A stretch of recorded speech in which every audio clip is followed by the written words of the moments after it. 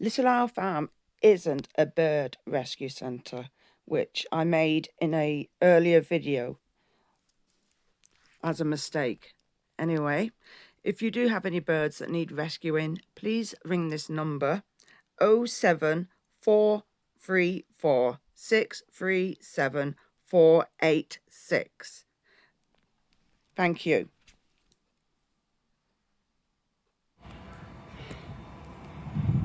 Very pretty. Such a...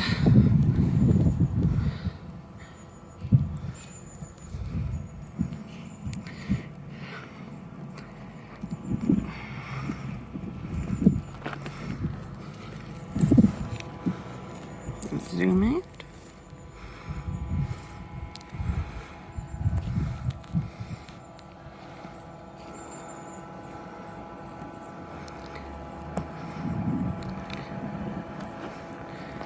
And they have the shop, which is over there. And it does have some really, really nice food in there. Oh, and this sun's come back out again. Right. So this place, you said it's only been open since 2016. So what made you bring a cafe, food place? Well, we went to farms when we were, when we were young, and we went to farms.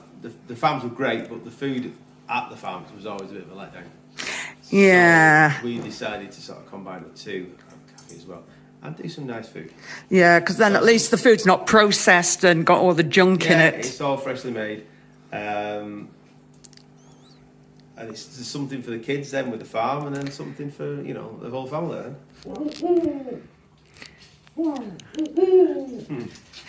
It's a beautiful bird. Yeah. So what you do, just edit it like afterwards and stuff. Yeah. Yeah, some things, yeah. Echo. So, how old is Echo anyway? Echo he's 4 now. He's 4. No. We got him at 6 months old. And he was bought as a Harry Potter pet by a family. And then once he grew up a little bit, he was just getting too big for him to handle. So they basically sold him, and we saw the advert. When we started at first, we were looking for owls, so hence the name. We found him. Our son called him Echo. This is the one we take to schools, nurseries, that sort of thing. Ah, right, I was going to ask about that. When we start that work again. Obviously, lockdown stops us doing all that work. So how is he for interacting with people? Are they told not to touch, just to stand back and look? Or stroke him, but we've got to do some work with him before we start doing all that again. Yeah, because obviously he's not been used to the human... He hasn't been handled very much during lockdown, so... Poor birdie. It's been a process to get him used to people again. Yeah, because at the end of the day, they're still wild animals no matter what. Yeah. So... But he's quite tame. He's all right. Yeah, because I've seen you can interact with them as well. But obviously you know so, because the majority of animals, they know who feeds them. They're going to come back and be, I'm your best friend. And like, yeah, because I feed you. They recognise voices, Yeah, that's mainly with any animals. It's like, he'll come home from work, and if he coughs, and the cat's ears will go up, and then come to the door, and they're like, straight downstairs. And they're saying cats don't come and greet you. It's like, yeah, right. Yeah. Or you always have a little face looking through the window like, I see you. It's just funny, so... Yeah, so he's a male. Females get a lot bigger than that. Oh, yeah. You are beautiful, birdie. They get a lot heavier as well. A lot heavier. Do you have a female as well? We've got a pair. We've got a breeding pair outside. So they are actually a breeding pair, then? The one's outside, yeah. All right. Echo is on his own. So is it something where... I'm trying to think now. Would you have to introduce, or is it something you'd naturally... It can be, because of such big, powerful birds. Yeah. Introducing into another eagle owl is sometimes fraught with danger, because they can just turn on each other. It's like quite a few animals can do that as well. There's a bird of prey centre that we know we go to.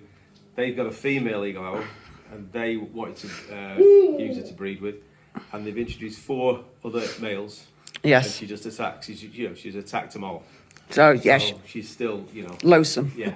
Oh well. Yeah. She's feeling comfortable. She wants to be on her own. That's what happens when you sort of when they imprint on people.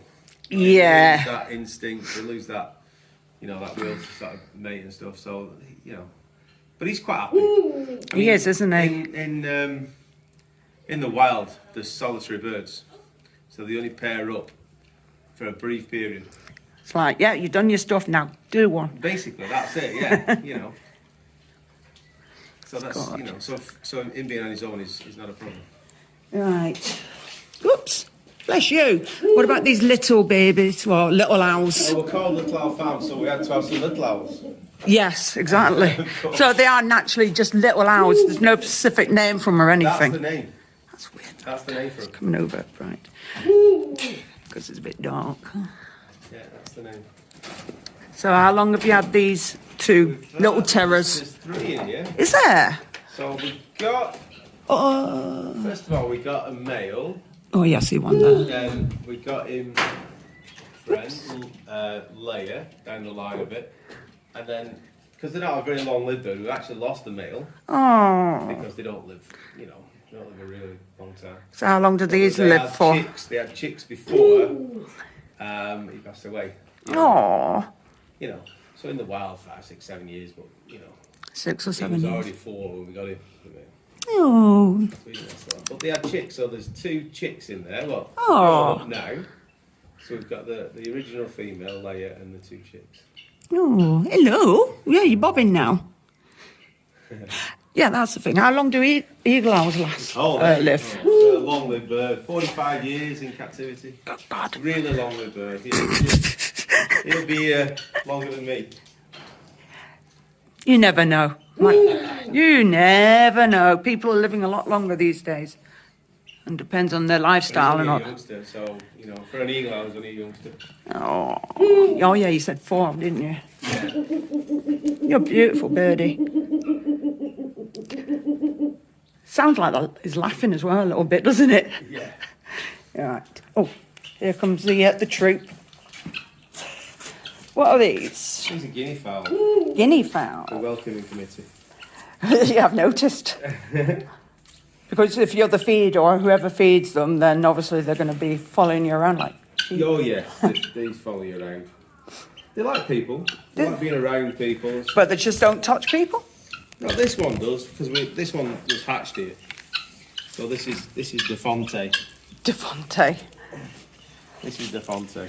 Hello. Oh, look at that horn. No? He's probably used to me, but he might pet you a bit. It's all right.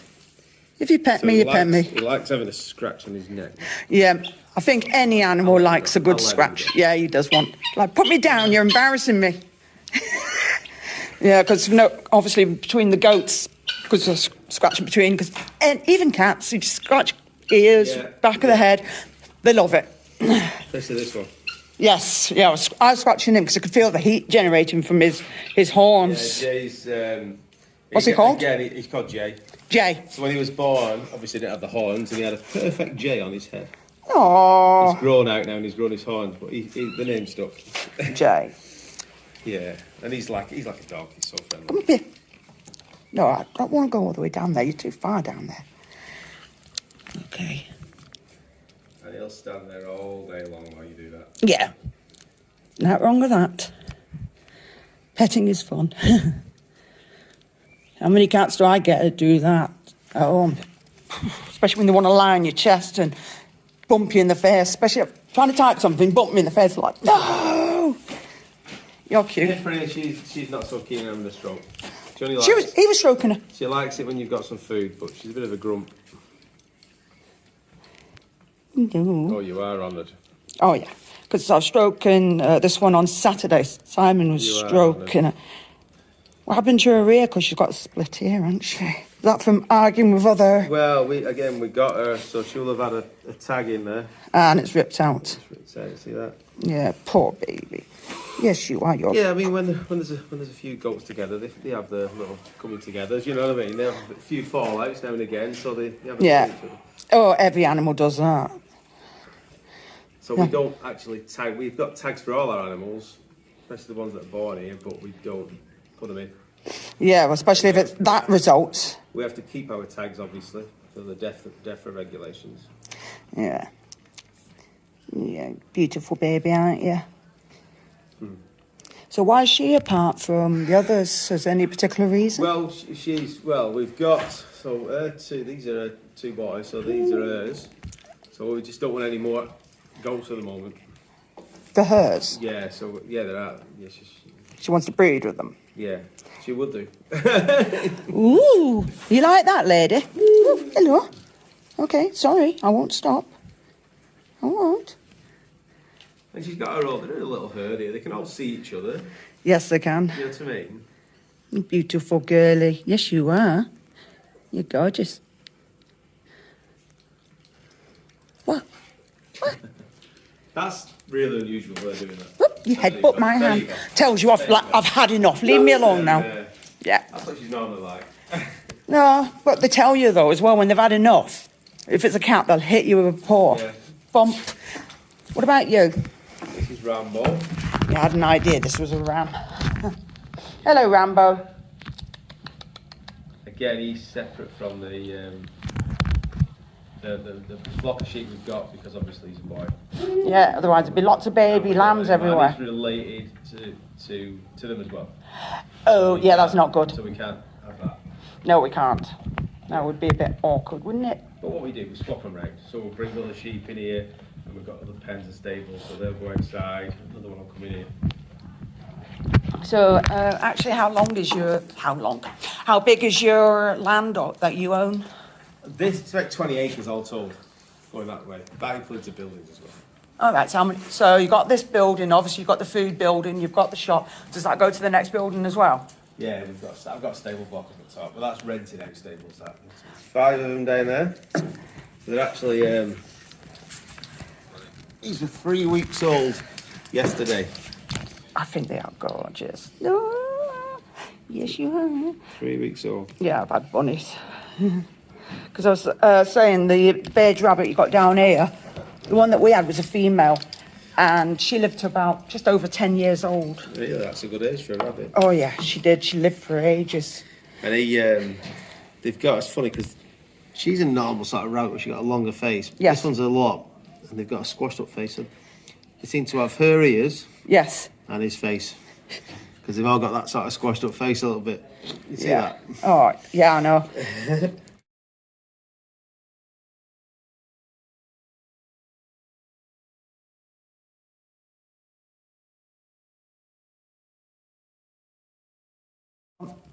Talking about the bunny, and this used to be a bunny pen. Well, it did have rabbits in it, but we had our pea hen had 2 pea chicks. Yes. And they can sort of fly at 2 days old. And one Good day, grief. when they were only a few days old, she decided to take them across the car park, across onto the golf course. So we nearly lost them. Oh dear, So naughty girl. We're going to put these now. So this is where they ended up. And we've put just this temporary sort of roof on to keep them in until they've grown up a bit. We'll probably let them out soon, actually, because I think they'll, because they've been in here since they were sort of really tiny, the chicks. I think now they understand that this is where they live. Yeah, like the male one that I see about every now and again. Yeah. Because he comes back, doesn't he? Yeah, but I've kept these in longer than I kept. Like when you buy a peacock, you've got to keep them in for a good 3 or 4 weeks inside a building where they're going to live. Yeah. And then they understand where they live. Same as what you do with cats. Mind you, I don't let any of mine out, but when you want to let them out, you've got to keep them in to get to know the smells, where they're getting fed and everything. They know what home is then. And exactly. So then when they go out, they know where to come back.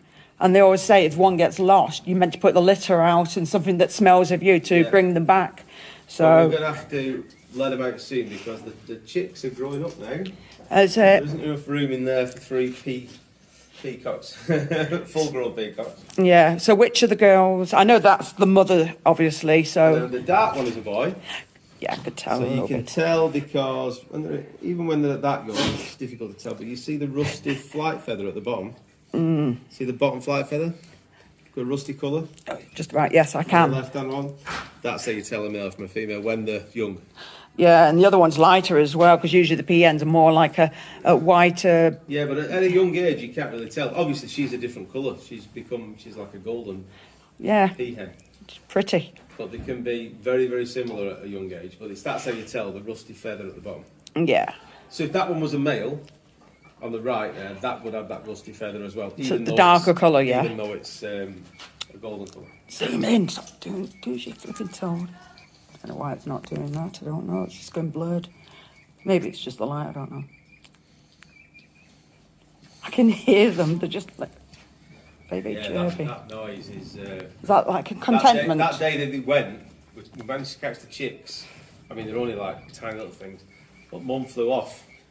And we put the chicks in a box on the front here, and then we went looking for Mum, who'd flown away, and we walked right down the road, probably, I don't know, 300-400 yards away, and then chicks can make a noise, that noise, but they just bring the volume up, and they're calling for Mum, but it becomes really loud. We can hear it as clear as day, all that distance away. It's fantastic.